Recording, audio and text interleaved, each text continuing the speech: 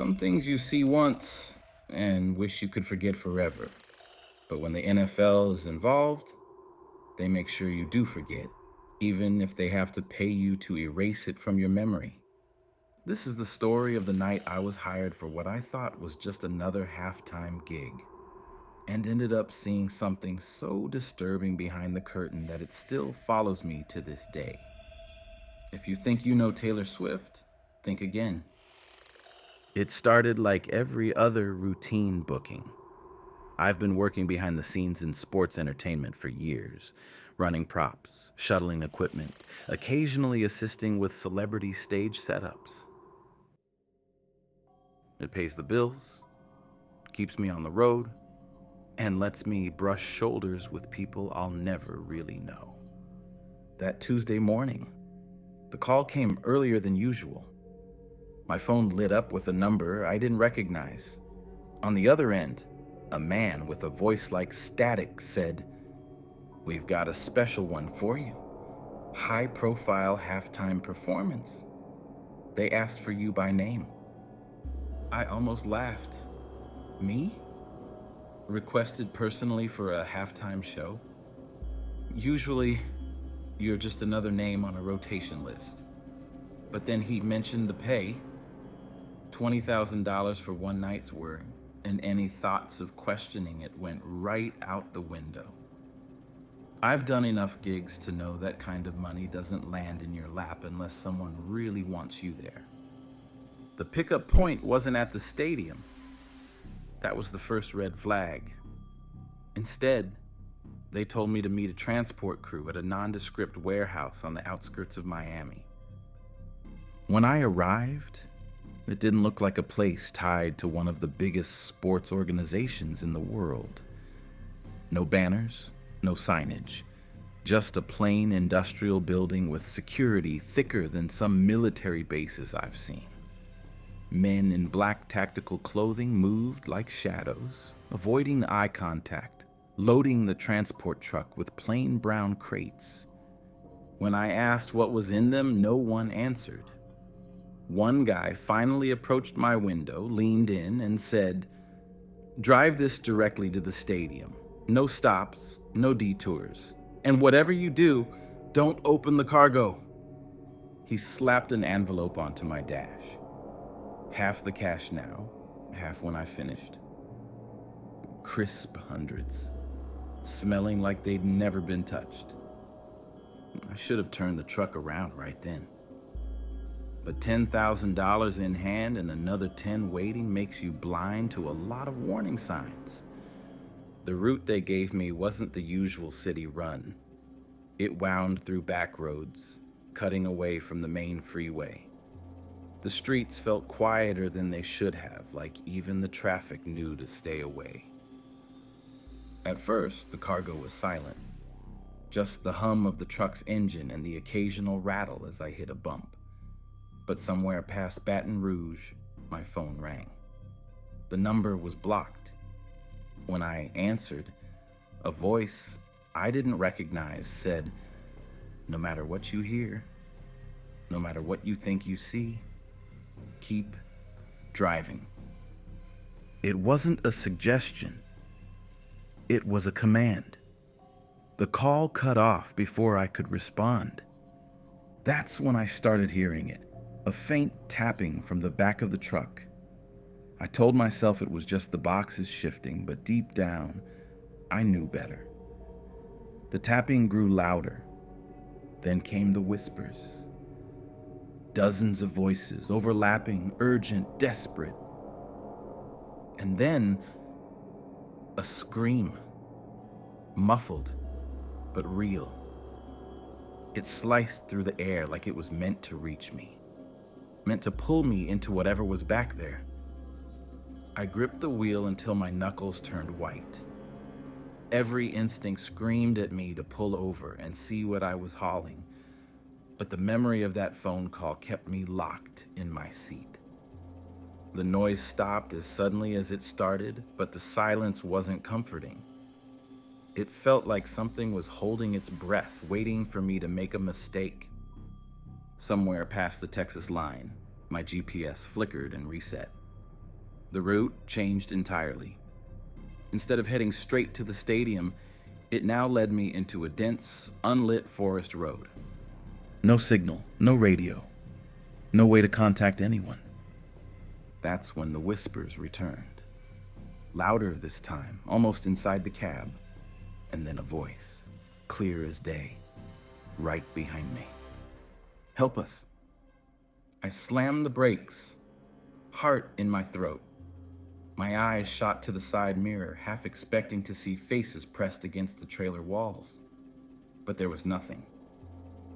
As I drove on, shapes began appearing on the side of the road. Thin, pale figures with hollow eyes, turning their heads in unison as my headlights swept over them. Their mouths opened and closed like they were gasping for air, but no sound came out. I didn't slow down. The forest broke without warning, spitting me out onto a deserted service road that led straight to the back entrance of the stadium. I'd been in plenty of venues before, but this was different.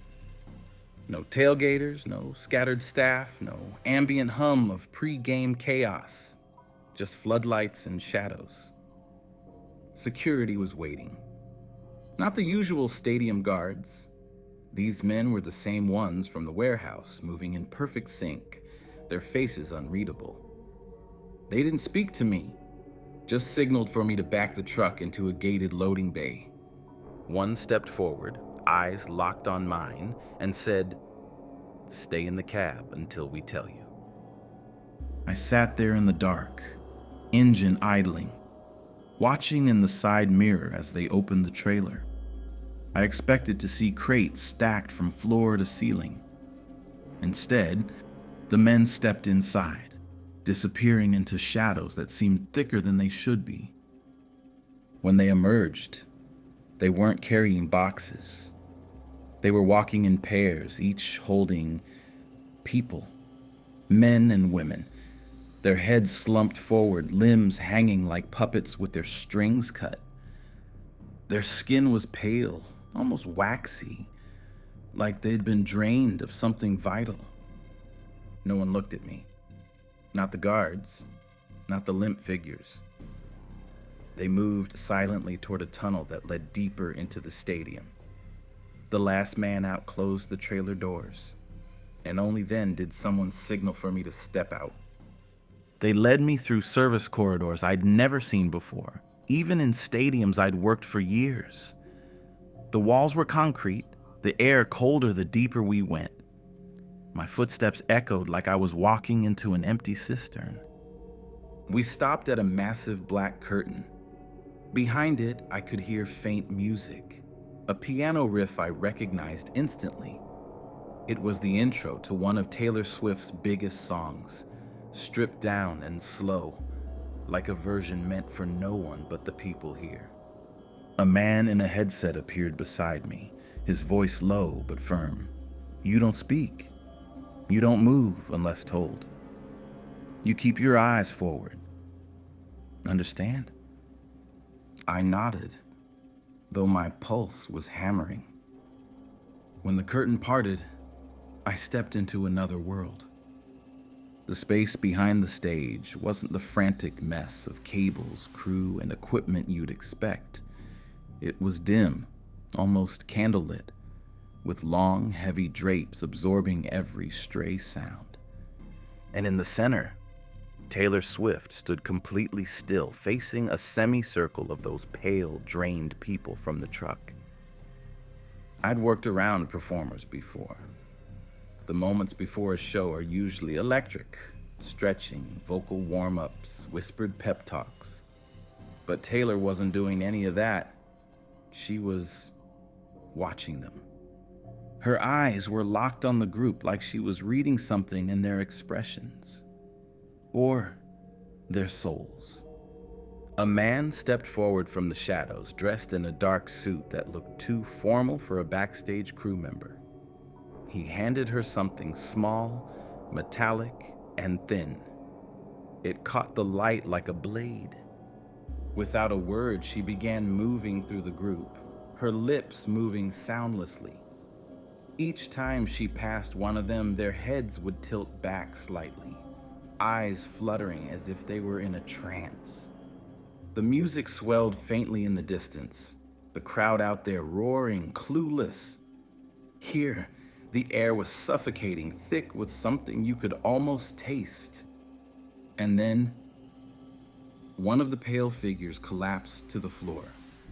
Not like they fainted, like they'd been emptied out completely. Taylor didn't flinch. She stepped over the body and kept going. I realized my hands were shaking. I don't know if I made a sound or if she somehow sensed me, but at one point she stopped. Slowly, she turned her head, her eyes locking directly onto mine. It wasn't the gaze of a pop star. It wasn't even human. Something cold slithered down my spine as she tilted her head, the corners of her mouth curling into a smile that didn't reach her eyes. "Stay," she said softly. The man in the headset stepped closer, his hand gripping my shoulder hard enough to hurt. "Don't move," he muttered, his breath hot against my ear. Taylor moved toward me, her steps deliberate, the faint glint of that metallic object still in her hand. She stopped just close enough for me to see something strange in her pupils. Not black, not brown, but shifting like liquid shadow. "You shouldn't be here yet," she whispered. Before I could answer, someone called her name from the far end of the curtain. She held my gaze a second longer, then turned and walked away, vanishing into the stage lights. The roar from the stadium exploded as soon as she stepped into the light. Out there, she was the Taylor everyone knew. Radiant, flawless, every note hit with precision. The crowd screamed like their lives depended on it. But from where I was standing, just behind the curtain, the performance didn't feel right. Every time she sang a certain line, one of the pale figures would twitch, their heads jerking slightly as if pulled by invisible strings. They weren't watching her like fans. Their eyes were rolled upward, their lips moving silently, like they were reciting something in sync with the music. Between songs, she would step back toward the curtain, just out of view of the cameras, and the man in the dark suit would press his hand against hers. Each time, something small and glimmering would change hands. I couldn't tell if it was jewelry or something else entirely. The music masked most of what I heard, but every so often a phrase would cut through, not part of any lyric I knew. Words that felt older than the stadium itself. By the third song, two of the pale figures were on the ground. No one reacted. Not the stage hands, not the NFL rep standing nearby. They didn't even blink. When the last note hit and fireworks boomed overhead, Taylor didn't stay to bask in the cheers. She turned sharply, heading straight for the back area, her breathing heavy, but not like she'd just sung to 70,000 people. Her eyes darted over the group, counting them. One of the pale ones had collapsed completely, sprawled against a crate. Without hesitation, she knelt beside them, placing her palm flat against their chest. I swear I saw something dark seep from their skin into her hand, vanishing into her. Their breathing stopped entirely. I backed up a step, my heel catching on a cable. The sound made her look up. That same smile from before. Thin. Too still. "Come here," she said, her tone light but with a command buried in it. I shook my head, trying to keep my face neutral. "I'm just crew. Before I could finish, the man in the headset appeared again. his grip on my arm like a vice. "Don't refuse," he whispered. She stood now, brushing non-existent dust from her hands. The pale figure at her feet didn't move. "You've seen more than you should," she said, stepping toward me. Her voice wasn't angry. It was almost curious. "That means you're either a problem or you're useful." I felt the room tighten around me.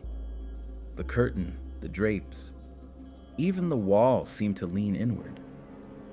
"Everyone here gives something," she continued. "Everyone plays their part. You haven't played yours yet."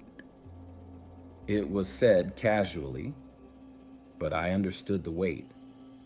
Whatever these people had given, it wasn't something they were getting back. She reached out her hand, palm up. "You want a future? You want to be part of something bigger than the game?" I didn't answer. Couldn't. My throat was dry, my chest tight. Somewhere in the distance, the stadium crowd was still roaring, unaware that a completely different performance was happening back here. Her eyes locked on mine. I saw movement in them again, that shifting liquid shadow, and for a split second, I felt the floor tilt beneath me. A voice broke the tension. "Taylor, they're ready for you." It came from deeper in the hallway, and when I turned my head, I saw someone unexpected. A young girl, maybe late teens. She looked pale, sleepless, her eyes darting between Taylor and me. She didn't say another word, just tilted her head toward a side corridor. Taylor glanced at her, then back at me. That too wide smile slipped for the first time. "She's not ready," Taylor said, her voice lower now. The girl didn't answer. She just kept her eyes on me and stepped into the corridor. The man in the headset didn't stop me when I moved. I followed her through the maze of halls. They didn't look like normal stadium corridors. No painted cinder block, no event signage. Just tight, featureless passages, lit by buzzing overhead lamps. "You shouldn't be here," she whispered as we walked. "She doesn't choose people. The NFL doesn't either. The place does." I didn't ask what she meant. We reached a small, unmarked door. She pushed it open, and to my shock, it led straight outside to a narrow service road that skirted the stadium. No security, no cameras, just open air. She grabbed my wrist. "Don't come back. Once they show themselves, they follow you." I didn't wait for her to say more. I ran. By the time I reached my car, my chest was burning. I didn't look back until I was on the freeway, the stadium lights shrinking in my rearview mirror. The next morning, an envelope was slid under my apartment door. No note, just $30,000 in unmarked bills. I never heard from the NFL about the job. The contact who'd booked me stopped answering calls. My name was quietly removed from several stadium crew lists. Weeks passed, but the feeling didn't. I'd catch glimpses in store windows in the dark reflection of a bus shelter, of something behind me. A shape, too tall, too still, and sometimes I'd hear it. That same soft voice from behind the curtain. "Stay." I tried to go back to normal.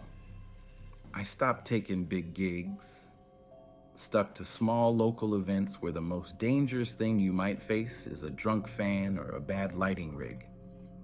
I told myself the money from that night was just a bonus, nothing more. But the truth is, I knew exactly what it was. Payment to keep my mouth shut. Still, the silence didn't stop the presence. It began small, a flicker in the corner of my eye when I walked past a mirror, a shadow that didn't match mine, a reflection in a window where no one was standing. I'd turn my head, and there'd be nothing there. Then the dream started. Always the same. I'm back in that backstage room. The curtain sways. The stadium crowd roars faintly like they're a mile away. And Taylor is there, standing too still, her pupils shifting like they're full of black water. She lifts her hand, beckoning. My legs move without my permission. And just before I reach her, I wake up, gasping, soaked in sweat. The more I tried to forget, the stronger it got. One night, a package arrived at my new place. No return address. Inside was a small, pink stuffed cat. Its fur was matted, one button eye hanging by a thread. I hadn't seen it before, but the moment I touched it, my chest went cold. There was no note, just that toy. I threw it away immediately, but the next morning, it was sitting on my kitchen table. I live alone. That was the day I stopped sleeping through the night. It's been months now, and I've learned the pattern. It shows up more when I'm near anything connected to the NFL, a commercial, a news segment, even just a glimpse of a game on TV. I'll feel the air in the room get heavier, like something's pressing down on me, and sometimes I'll hear it, not from a TV, not from a speaker, but inside the room itself. That same low voice, dripping with that halftime smile. You're almost ready. I don't know what I'm ready for. I don't want to know. If you're listening to this and you ever get an offer like I did, high pay, secretive setup, special request from a celebrity, think about what you're walking into. Some jobs aren't about the work. Some contracts aren't written on paper. And some performances aren't for the crowd. They're for something or someone watching from the shadows, just out of sight. The NFL didn't just pay me to forget. They paid me to leave the story unfinished. To keep whatever happened behind that curtain from bleeding into the real world. But I can't help thinking, maybe it already has. So if you're ever backstage and the air feels too heavy, if the music slows and the crowd seems far away, don't look behind the curtain.